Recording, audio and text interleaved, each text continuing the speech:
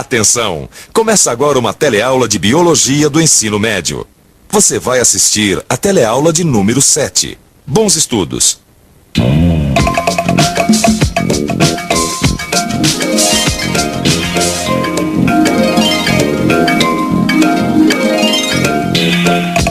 Me ensinaram lá na escola que a AIDS mata, viu? E ainda não tem cura ou vacina. E é verdade.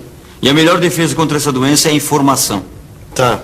Só que de vez em quando é meio complicado encontrar essa tal informação sobre a AIDS, né, pai? É.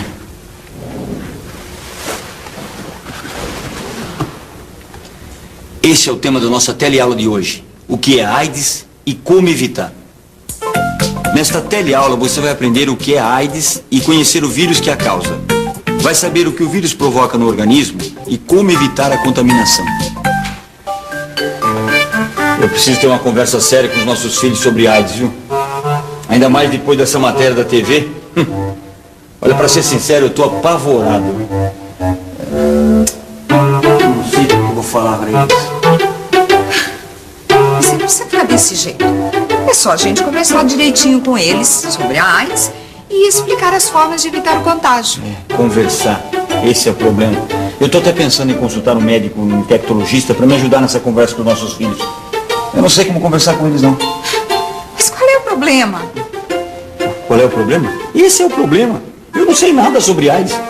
Está na hora de saber, seu Paulo. A AIDS é causada por um vírus chamado HIV. Este é o HIV, o vírus que causa a AIDS. Uma das características do vírus é não conseguir se reproduzir sozinho. E é isso que o HIV faz quando consegue entrar na corrente sanguínea do nosso organismo. Ele usa uma determinada célula viva do nosso sistema de defesa para se reproduzir e a destrói. Essa célula é o linfócito T.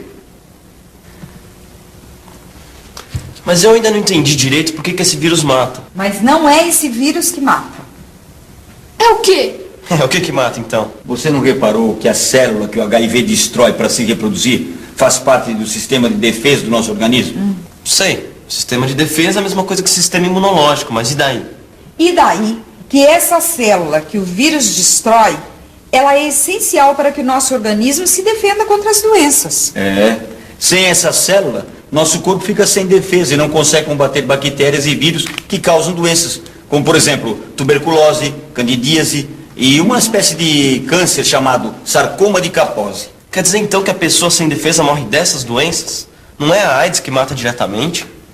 Acho que eu não entendi direito essa parte, não. Vamos pensar um pouco. Você já sabe que o nosso organismo tem um sistema de defesa contra vírus e bactérias invasoras. Agora imagine que essas defesas funcionam como um exército lutando contra o inimigo. O linfócito T é a célula responsável pela identificação dos vírus e bactérias invasoras. E é quem dá o comando para que as defesas se multipliquem e ataquem tudo que pode ser prejudicial ao nosso corpo. O HIV mata a célula linfócito T, que funciona como se fosse um comandante. O exército que defende nosso organismo fica incapaz de identificar os invasores e atacá-los. Os invasores entram e se instalam sem encontrar defesa. Esses invasores podem então provocar outras doenças, como a tuberculose, a pneumonia, as chamadas doenças oportunistas, quer dizer, que aproveitam a falta de defesa do organismo para se instalarem. São elas que acabam matando a pessoa de AIDS. HIV são as iniciais da expressão em inglês que significa vírus da imunodeficiência humana, quer dizer, o vírus que torna o sistema imunológico do homem deficiente. O HIV provoca a AIDS, que são as iniciais em inglês da expressão que significa Síndrome da Imunodeficiência Adquirida. Se fôssemos seguir as iniciais em português, a AIDS seria conhecida como SIDA. Síndrome é um conjunto de sintomas que indica a aparição de várias doenças. Imunodeficiência é a deficiência do sistema imunológico. E adquirida significa que se dá por contágio. Contágio. Mamãe, eu queria saber como é que alguém pega o vírus da AIDS. Como diria seu pai, quem melhor pode responder essa pergunta é um médico especialista. Como uma pessoa é contaminada pelo vírus da AIDS, doutor? Ela é contaminada quando o vírus entra em contato com a corrente sanguínea. A pessoa contaminada é aquela que tem o vírus no sangue, né, doutor? E além de estar no sangue, o vírus também é encontrado nos outros líquidos de uma pessoa contaminada, no esperma ou nas secreções vaginais, no leite materno. O contágio ocorre quando algum desses líquidos de uma pessoa contaminada entra em contato com o sangue de outra. E como é possível que isso aconteça, doutor? Bem, através de relações sexuais, do uso de seringas ou material cirúrgico contaminado, de transfusão de sangue. Casos em que há o contato de líquidos de um portador do vírus com o sangue de um não portador. O leite materno também pode contaminar os bebês, doutor? Pode porque o vírus HIV também é encontrado no leite materno. Se a mãe tiver o vírus e amamentar a criança, ela corre o risco de ser contaminada. Além disso, durante a gravidez, o vírus pode passar para o embrião através do cordão umbilical. E uma outra possibilidade é o vírus passar da mãe para o filho na hora do parto.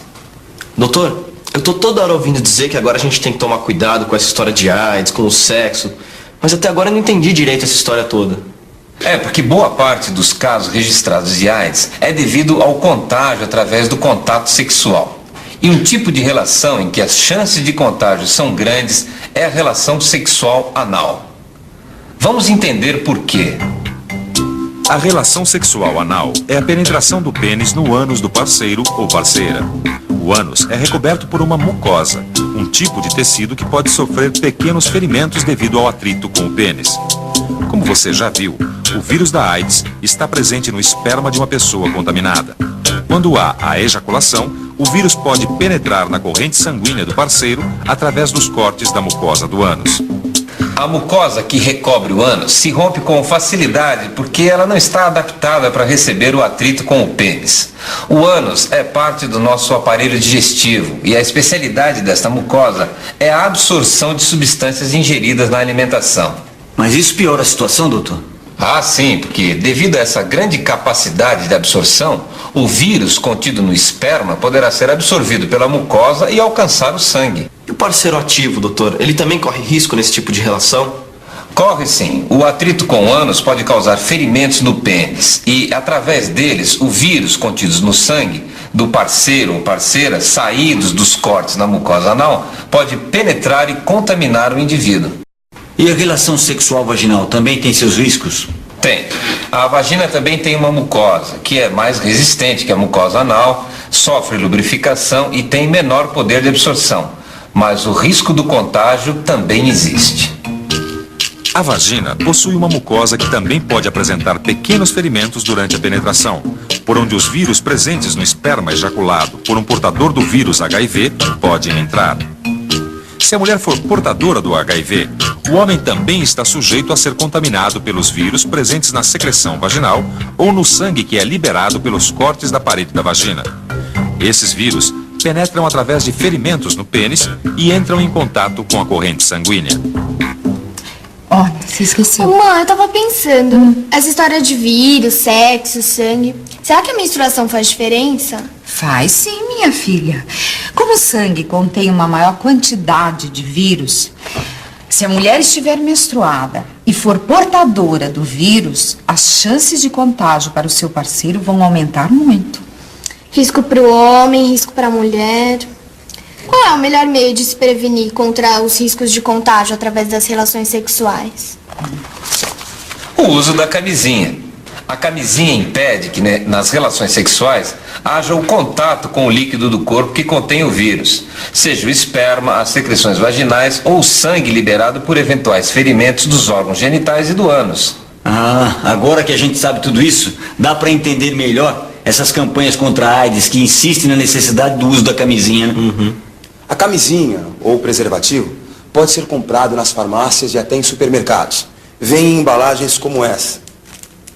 A camisinha é a forma mais segura de se prevenir o contágio da AIDS através da relação sexual. Mãe, explica de novo. Por que a camisinha impede a contaminação do vírus da AIDS nas relações sexuais? Porque impede o contato com os líquidos do corpo do parceiro. Com a camisinha, filha, não há contato entre o esperma e as mucosas vaginal ou anal, entre o pênis e a secreção vaginal ou com o sangue de pequenos ferimentos dos órgãos genitais dos parceiros. Quer dizer, protege tanto o homem como a mulher. Isso, filha. A mulher protege a sua saúde quando carrega a camisinha e faz com que o seu parceiro a use. E como usar a camisinha? Como usar a camisinha, doutor? Assim, eu vou mostrar para você. Veja. Aqui eu tenho um exemplo. Primeiro você tira a camisinha, você só desembala no momento em que for usar, não é? Depois você segura essa pontinha aqui para sair todo o ar. Aí você desenrola até o fim. Pronto. Aqui, dessa forma, você tem uma proteção segura para as suas relações sexuais. Tá legal. Mas e a relação sexual oral, doutor? Também tem seus riscos, não é? O difícil é saber o número de casos de contágio através da relação sexual oral, porque, em geral, ela sempre é seguida de uma relação com penetração. O fato é que, se houver uma ejaculação e o sêmen for engolido, provavelmente haverá contaminação. Ô mãe, beijo na boca da AIDS? Olha, minha filha, não se conhece nenhum caso de alguém que tenha contraído o vírus da AIDS através de um beijo na boca. Além do sexo, tem aquelas outras formas de contágio, não é? Existem. Receber sangue contaminado pelo vírus da AIDS através de transfusão, por exemplo. Os bancos de sangue são obrigados a realizar testes anti-HIV em todo o sangue doado. Os testes detectam se há contaminação do vírus. Agulhas, seringas, materiais cirúrgicos e odontológicos devem sempre ser esterilizados ou descartados após o uso para evitar o risco de contaminação. Um dos grandes perigos de contaminação pelo vírus da AIDS é quando várias pessoas usam a mesma agulha e seringa sem esterilização.